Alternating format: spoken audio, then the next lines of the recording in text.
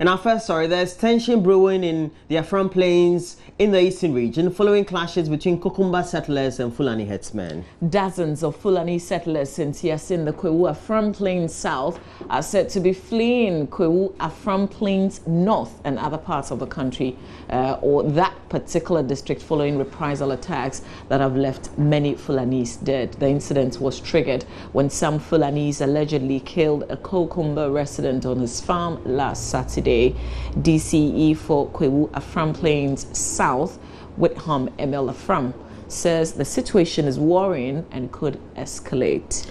He says the District Security Council has beefed up security so far in the area with backup police and military officers from Kofodia and Accra. Head of police community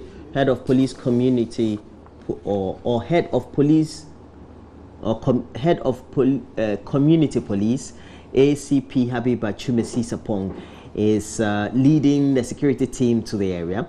They embarked on a sensitization program in various markets and communities on the need to ensure peace in the area. One of the Kokoma settlers and who is a leader, Taboba Moses, accused the Fulanis of brutalizing innocent people, hence their decision to avenge.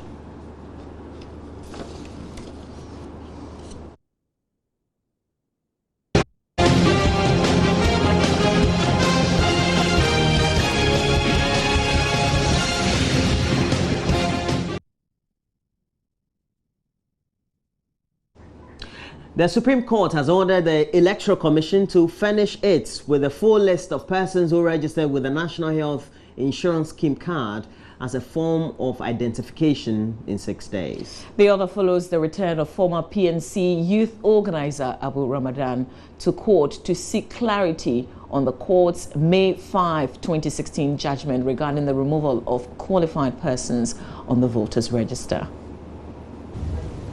Different interpretations had been put to the Supreme Court ruling, especially regarding the deletion of NHIS registrants, with the Electoral Commission adopting a stance very much at odds with the understanding given to the ruling by the plaintiffs.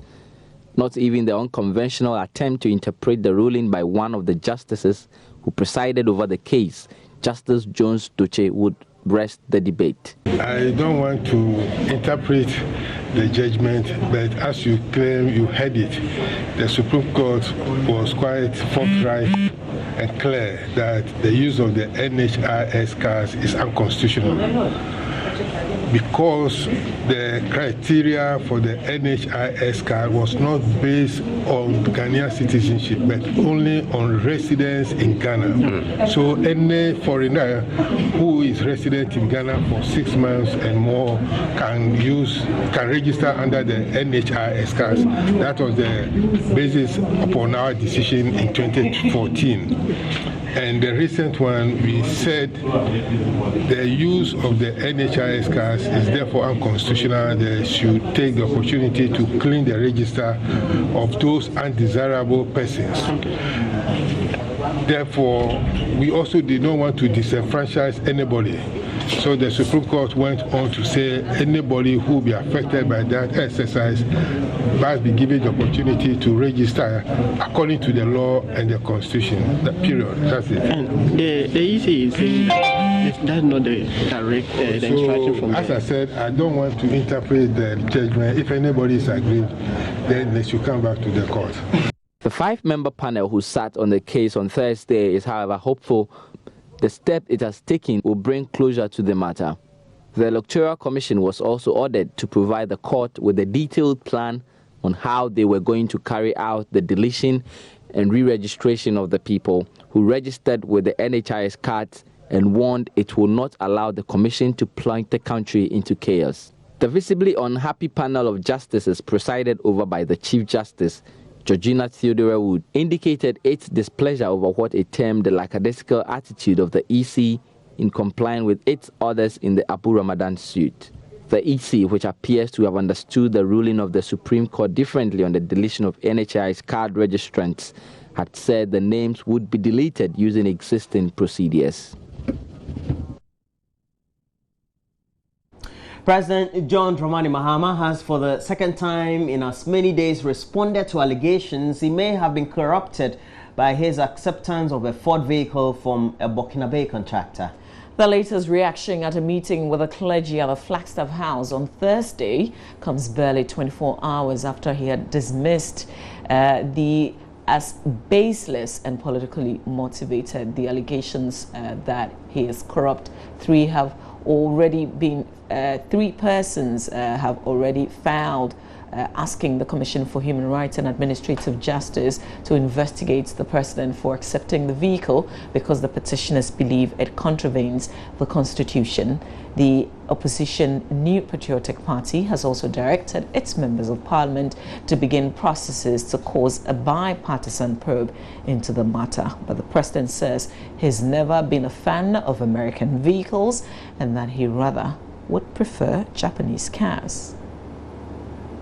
Recently, there's the issue of a Ford Expedition. I've never been under the illusion that that vehicle was a gift to the state, and it's never been used for my personal comfort. In any case, I don't use Ford. I don't like American cars. I use Japanese cars. Toyota is my car. It's a matter for the Commission on Human Rights. I hear there's a petition there who appropriately will respond to it.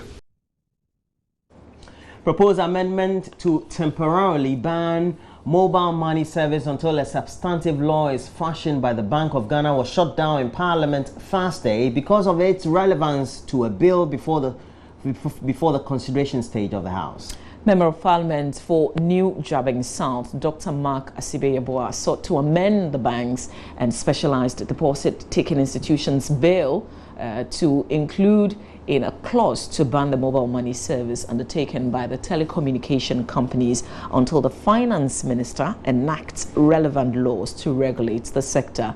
But the relevance of the proposed amendment to the bill forced the Speaker to rule against the motion.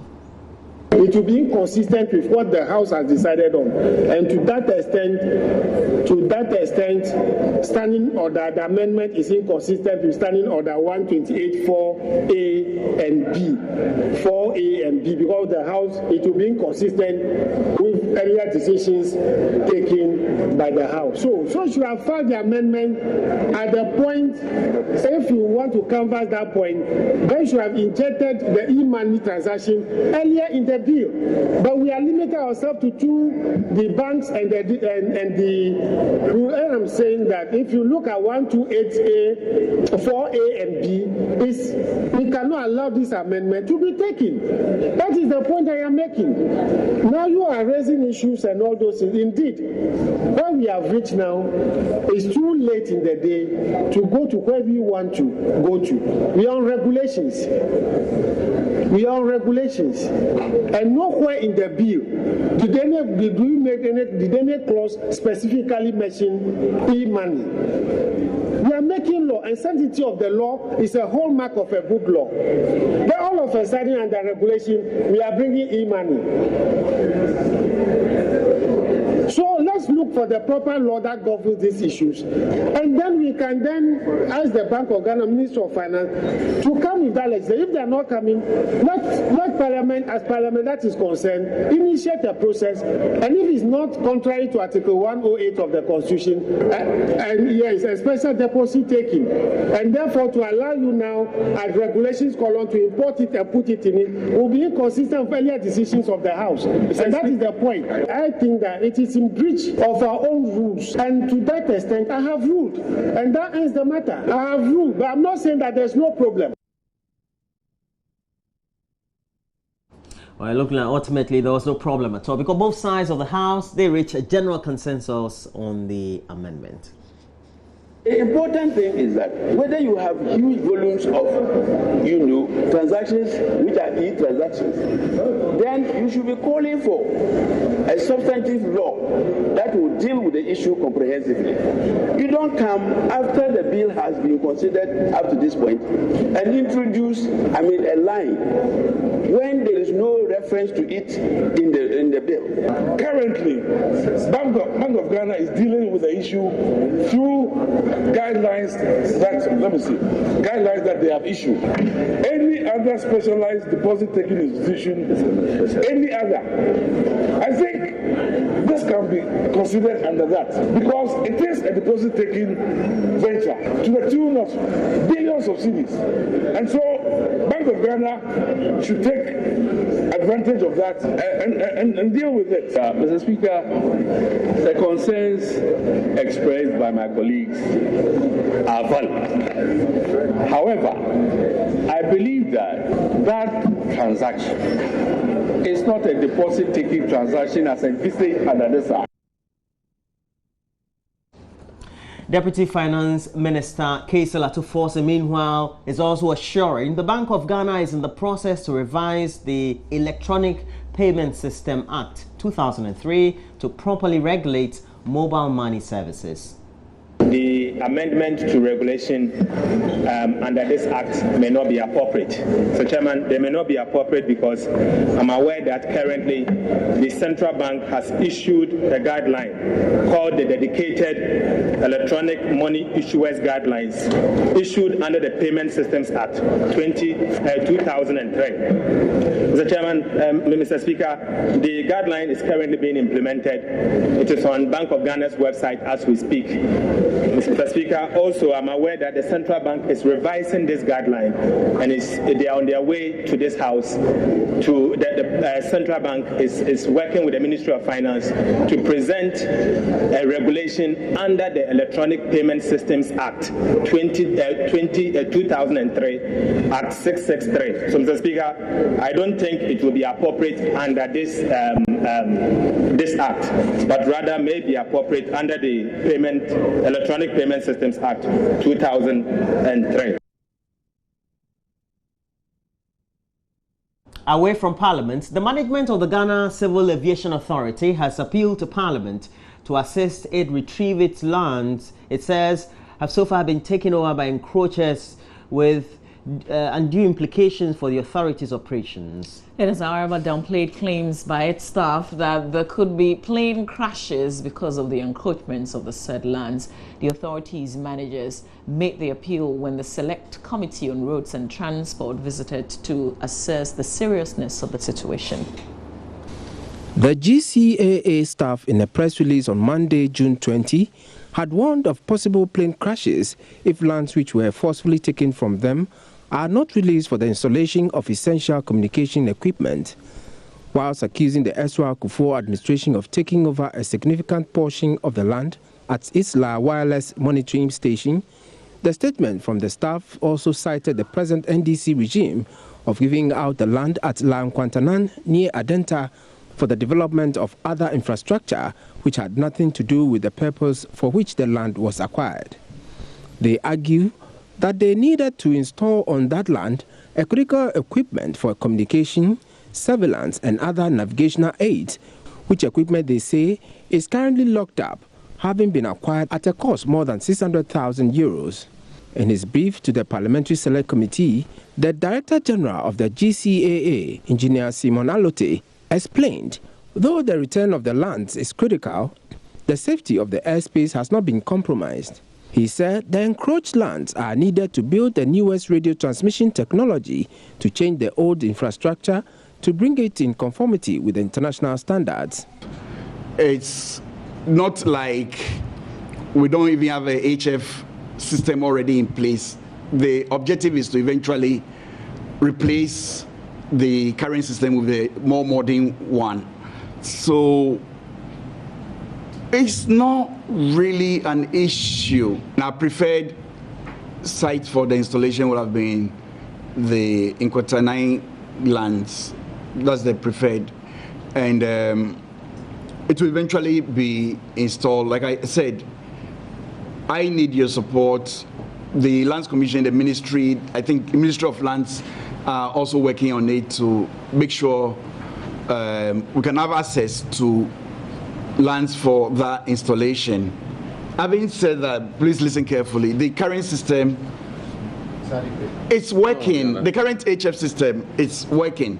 But our strategy as always, is not to wait for the equipment to break down completely before you think of replacement. As the equipment gets to the end of its useful lifetime, we do the installation. Because I mentioned about the VHF radios we replaced, not because they were defective, but because they were getting to the end of their useful lifetime, we replaced them.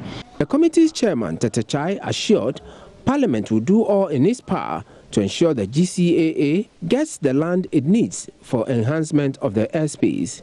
You know, people were alleging that they had problems with installation of equipment because of these land issues. Yes, that challenge is there.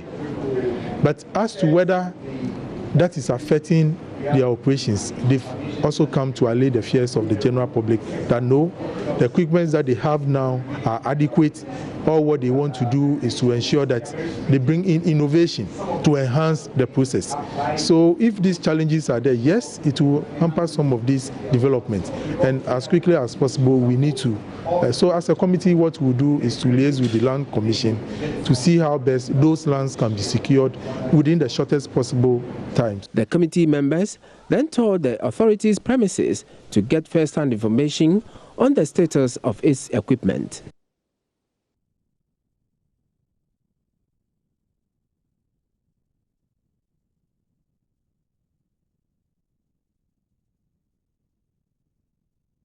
And that's it for the news this morning. As always, you want to get interactive, you can, as always, do so through our platform on WhatsApp through the number 0568-800,000. Please give us a lot more of your comments. We know you're doing I can see the lights beeping already. And we'll relay some of those messages to you very soon. So we'll come back with your messages in the newspapers. It's a Friday. This is the AM Show. We'll be right back.